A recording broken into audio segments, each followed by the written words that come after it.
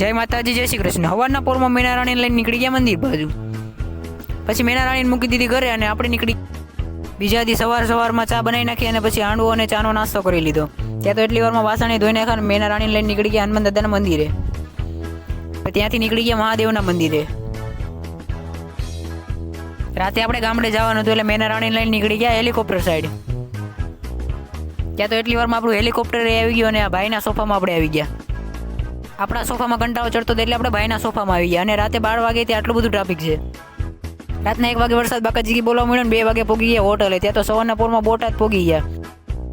આ ગેટ તમે ઘણા વિડીયોમાં જોયો હશે. ત્યાં તો આપણે ઘર સાઈડ નીકળી ગયા.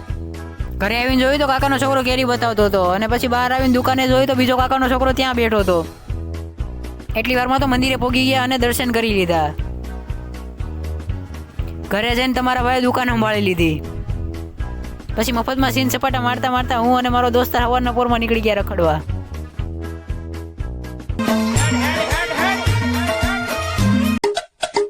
અરે ફોલોનું બટન દબાવતા જાજો. ભેગું થાને